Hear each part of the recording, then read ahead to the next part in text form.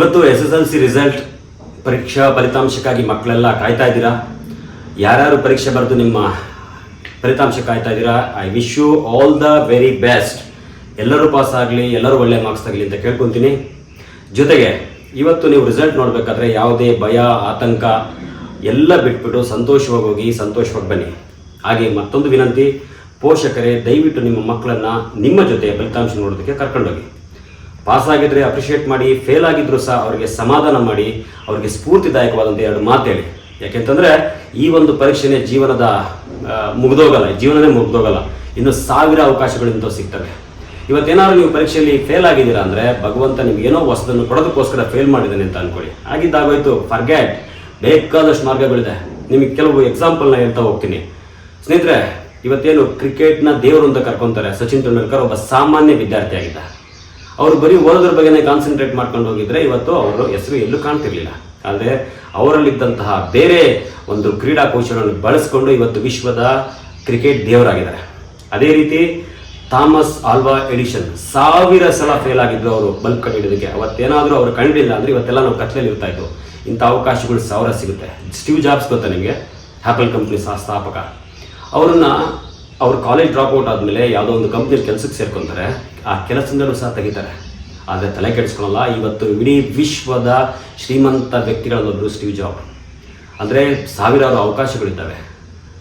ಅದನ್ನು ಬಿಟ್ಟು ಏನೋ ಒಂದು ತಪ್ಪು ನಿರ್ಧಾರ ತಗೊಳ್ಳೋ ಅಂದರೆ ನಿಮ್ಮಂತಹ ದಡ್ಡರು ಯಾರೂ ಇರಲ್ಲ. ಹಾಗೆ ಪೋಷಕರು ಸಹ ನಾನು ವಿನಂತಿ ಮಾಡ್ಕೊತೀನಿ, ಪಾಸಾಗಿದ್ದರೆ ಸಂತೋಷ ಪಡಿ. ನಾನು ಎಲ್ಲರೂ ಪಾಸಾಗಲಿ ಅಂತಲೇ ಕೇಳ್ಕೊತೀನಿ. ಫೇಲ್ ಆಗಿದ್ದರೆ, ಕಡಿಮೆ ಅಂಕ ಬಂದಿದ್ದರೆ ದಯವಿಟ್ಟು ಮಕ್ಕಳನ್ನ ದಯವಿಟ್ಟು ಅವ್ರಿಗೆ ಕೆಲವು ಸ್ಫೂರ್ತಿದಾಯಕಗಳ ಮಾತುಗಳು ಹೇಳಿ. ಹಾಗೆ ಶಿಕ್ಷಕರುಗಳು ಅಷ್ಟೇ. ನೀವಿವತ್ತು ರಿಸಲ್ಟ್ ನೋಡೋಕ್ಕೆ ಬಂದಾಗ ಮಕ್ಕಳ ಜೊತೆ ಒಂದು ಅರ್ಧ ಗಂಟೆ ಕಳೀರಿ. ಪಾಸಾಗಿದ್ದವ್ರಿಗೆ ಜೊತೆಗೆ ಫೇಲ್ ಆಗಿದ್ದವ್ರ ಜೊತೆಲಿ ಕೂರಿಸ್ಕೊಡಿ. ಆ ಕೆಟ್ಟ ಒಂದು ಕ್ಷಣ ಹೊರಗಡೆ ಹೋದರೆ ಮಕ್ಕಳು ಬದುಕ್ತಾರೆ. ಓದಂಥ ಜೀವ ಮತ್ತೆ ಬರಲ್ಲ. ದಯವಿಟ್ಟು ಮಕ್ಕಳ ಏನೂ ಆಗಿಲ್ಲ, ಇಟ್ಸ್ ನಥಿಂಗ್. ಈ ಒಂದು ಪರೀಕ್ಷೆ ಒಂದು ಸಣ್ಣ ಪರೀಕ್ಷೆ ಅಷ್ಟೇ, ಮುಗಿದೋಗಿದೆ. ಮತ್ತೆ ಒಂದು ಪರೀಕ್ಷೆ ಬರೀಬೋದು, ಮತ್ತೆ ಪಾಸ್ ಆಗ್ಬೋದು. ಬೇರೆ ಅವಕಾಶಗಳು ಸಾವಿರಾರಿದ್ದಾವೆ. ಎಲ್ಲವನ್ನೂ ನೀವು ಉಪಯೋಗಿಸ್ಕೋಬೋದು. ನಿಮ್ಮಲ್ಲಿ ಬೇರೆ ಏನೋ ಟ್ಯಾಲೆಂಟ್ ಇರ್ಬೋದು, ಅದ್ರ ಬಗ್ಗೆ ಗಮನ ಕೊಡಿ. ಈಗ ಫೇಲ್ ಆಗಿದ್ದೀರಾ, ಕೆಲವು ಚೆನ್ನಾಗಿ ಎಕ್ಸಾಮ್ ಬರೆದಿದ್ರು ಫೇಲ್ ಆಗಿರ್ತಾರೆ. ಏನು ಮಾಡೋಕ್ಕಾಗಲ್ಲ. ಫೇಲ್ ಅನ್ನೋದು ಒಂದು ಹೊಸ ಹೆಜ್ಜೆ. ಹೊಸದಾಗಿ ಏನೋ ಒಂದು ಸಾಧನೆ ಮಾಡೋದಕ್ಕೋಸ್ಕರ ಭಗವಂತ ಕೊಟ್ಟಿರ್ತ ಒಂದು ಅವಕಾಶ. ಒಂದು ಫೇಲ್ ಅನ್ನೋದೇ ನಿಮಗೆ ಮುಖ್ಯ ಆಗಬೇಕು. ಪಾಸ್ ಆಗಿದ್ದ ಬಗ್ಗೆ ಮರ್ತುಬಿಡಿ. ನೀವು ಫೇಲ್ ಆಗಿದ್ದೀರಲ್ಲ, ನಿಮ್ಮಲ್ಲಿ ಒಂದು ಹೊಸ ಆಲೋಚನೆ ಬರಬೇಕು. ಹೊಸದಾಗಿ ಏನಾದರೂ ಒಂದು ಥಿಂಕ್ ಮಾಡಬೇಕು. ಹೊಸದಾಗಿ ಮತ್ತೆ ಪರೀಕ್ಷೆ ಬರೆದು ನಾನು ಪಾಸ್ ಆಗ್ತೀನಿ ಅನ್ನೋ ಒಂದು ಧೈರ್ಯ ತುಂಬ್ಕೋಬೇಕು. ನಿಮ್ಮ ತಂದೆ ತಾಯಿ ತುಂಬ ಕಷ್ಟಪಟ್ಟು ನೊಂದು ಒಂದು ಸಣ್ಣ ಜ್ವರ ಬಂದರೆ ಅವರ ರಾತ್ರಿ ನಿದ್ದೆ ಮಾಡಿದ್ರೆ ನಿಮ್ಮನ್ನು ಸಾಕಿರ್ತಾರೆ. ನೀವು ಒಂದು ಸಣ್ಣ ನಿರ್ಧಾರ ತಗೊಂಡು ಏನೋ ಒಂದು ಮಾಡಿಕೊಂಡ್ರೆ ಅವರ ಜೀವನದ ಬಗ್ಗೆ ಯೋಚನೆ ಮಾಡಿ. ಏನೂ ಆಗಿಲ್ಲ ಫ್ರೆಂಡ್ಸ್. ಯಾರೇನು ಅನ್ಕೊತಾರೆ, ಏನು ಅನ್ಕೊಳೋದು, ಅದ್ರ ಬಗ್ಗೆ ಎಲ್ಲ ಮಾತುಬಿಡಿ. 1000 ಅವಕಾಶಗಳು ಸಿಗ್ತವೆ. ದಯವಿಟ್ಟು ಈ ಒಂದು ಕೆಟ್ಟ ನಿರ್ಧಾರನ ತಗೋಬೇಡಿ. ನಾನು ಇವತ್ತು ಮತ್ತೊಮ್ಮೆ ಹೇಳ್ತಾ ಇದ್ದೀನಿ, ಅವಕಾಶ ಇವತ್ತೇನಾದರೂ ಪರೀಕ್ಷೆ ಏನಾದರೂ ಕಡಿಮೆ ಮಾರ್ಕ್ಸ್ ಬಂತು, ಫೇಲ್ ಆಯಿತು ಅಂದರೆ ದಯವಿಟ್ಟು ಅದನ್ನು ಒಂದು ಹೊಸ ಹುಮ್ಮಸ್ಸಿನಿಂದ ಬೇರೆ ಏನಾದರೂ ಒಂದು ಸಾಧನೆ ಮಾಡೋದಕ್ಕೊಂದು ಮಾರ್ಗ ಅಂದ್ಕೊಂಡು ನೀವತ್ತು ಪ್ರಯತ್ನ ಪಡಬೇಕು ಅಂತ ಹೇಳ್ತೀನಿ. I wish you all the very best ಅಂತ ಹೇಳ್ತೀನಿ. Again all the best. ಪರೀಕ್ಷೆಗೆ ಹೋಗ್ಬಿಟ್ಟು ರಿಸಲ್ಟ್ ನೋಡಿ. ಪಾಸ್ ಆಗಿದ್ದರೆ ಸಂತೋಷ ಪಡಿ, ಫೇಲ್ ಆಗಿದ್ದರೆ ಇನ್ನಷ್ಟು ಸಂತೋಷ ಪಡಿ.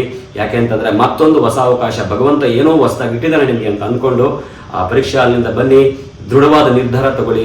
ಯಾಕೆ ಅಂತಂದರೆ ನಾನು ಈ ಕಳೆದ ವರ್ಷ ತುಂಬ ಜನ ನೋಡಿದೆ ಹಲವಾರು ಮಕ್ಕಳುಗಳು ಆತ್ಮಹತ್ಯೆ ಮಾಡ್ಕೊಳ್ಳೋಂಥ. ದಯವಿಟ್ಟು ಅದೊಂದು ಕೆಟ್ಟ ನಿರ್ಧಾರನ ತಗೋಬೇಡಿ. ಪ್ರಪಂಚ ವಿಶಾಲವಾಗಿದೆ, ಸಾವಿರಾರು ಅವಕಾಶಗಳಿದ್ದಾವೆ.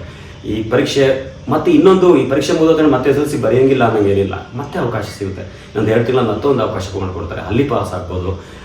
ಅದು ಪಾಸ್ ಆಗಿಲ್ಲ ಅಂದ್ರೆ ತಲೆ ಕೆಡಿಸ್ಕೋಬೇಡಿ. ಜೀವನ ಮಾಡೋಕ್ಕೆ 1000 ಮಾರ್ಗಗಳಿದ್ದಾವೆ. ಧೀರುಭಾಯ್ ಅಂಬಾನಿ ಗೊತ್ತಲ್ಲ, ಅವರು ಒಂದು ಸಣ್ಣ ಕಂಪ್ನಿ ಸ್ಟಾರ್ಟ್ ಮಾಡಿ ಇವತ್ತು ಯಾವ ಲೆವೆಲಲ್ಲಿದ್ದಾರೆ. ಸಾವಿರಾರು ಕೋಟಿ, ಲಕ್ಷಾಂತರ ಕೋಟಿ ಒಡೆಯರಾಗಿದ್ದಾರೆ. ಇಂಥ 1000 ಉದಾಹರಣೆಗಳು ನನಗೆ ಕೊಡಬಲ್ಲೆ. ಉದಾಹರಣೆಗಳಿಗಿಂತ ಹೆಚ್ಚಾಗಿ ನಿಮ್ಮ ಆತ್ಮಸ್ಥೈರ್ಯ ನಿಮ್ಮ ಜೊತೆ ಇರಬೇಕು. ನೀವು ಮನಸ್ಸು ಮಾಡಿದ್ರೆ ಏನು ಬೇಕಾದ್ರೆ ಸಾಧನೆ ಮಾಡ್ಬೋದು. ನಿಮ್ಮ ಅಪ್ಪ ಅಮ್ಮನ ಕಳ್ಕೊಂಡ್ರೆ ಮತ್ತೆ ಸಿಗಲ್ಲ. ನಿಮ್ಮ ಅಪ್ಪ ಅಮ್ಮ ನಿಮ್ಮನ್ನು ಕಳ್ಕೊಂಡ್ರೆ ನೀವು ಅವ್ರಿಗೆ ಮತ್ತೆ ಸಿಗಲ್ಲ. ದಯವಿಟ್ಟು ಯಾವುದೇ ರೀತಿಯಾದಂಥ ಪರಿಸ್ಥಿತಿ ಬರಲಿ, ಪರೀಕ್ಷೆಗೆ ಎಷ್ಟಾರು ಅಂಕ ಬರಲಿ, ಖುಷಿಯಾಗಿ ಹೋಗಿ ಖುಷಿಯಾಗಿ ಬನ್ನಿ. ಫೇಲ್ ಆಗಿ ಬಿಡಮ್ಮ ಬರೀತೀನಿ ಅಂತೇಳಿ ಆ ಮನಸ್ಥಿತಿ ಇಟ್ಕೊಂಡು ಇವತ್ತು ರಿಸಲ್ಟ್ ನೋಡ್ಕೊಂಬನ್ನಿ. ಜೊತೆಗೆ ಭಗವಂತ ಎಲ್ಲರನ್ನೂ ಪಾಸ್ ಮಾಡಿರಲಿ. ಫೇಲ್ ಆದಂಥವ್ರಿಗೆ ಹೆಚ್ಚಿನ ಧೈರ್ಯ ಸ್ಫೂರ್ತಿ ಕೊಡಲಿ ಅಂತ ಕೇಳ್ಕೊತ ದಯವಿಟ್ಟು ಈ ವಿಡಿಯೋನ ಹೆಚ್ಚು ಜನಕ್ಕೆ ಶೇರ್ ಮಾಡಿ. ಈ ವರ್ಷ ಇಡೀ ರಾಜ್ಯದಲ್ಲಿ ಒಂದೇ ಒಂದು ಆತ್ಮಹತ್ಯೆ ಅಂತ ಒಂದು ಕೆಟ್ಟ ನಿರ್ಧಾರ ಯಾವ ಮಕ್ಕಳು ತಗೋಬಾರದು ಅನ್ನೋದೇ ನನ್ನ ಉದ್ದೇಶ ಅಂತ ಹೇಳ್ತಾ ನನ್ನ ಮಾತು ಮುಗಿಸ್ತೀನಿ. ನಮಸ್ಕಾರ.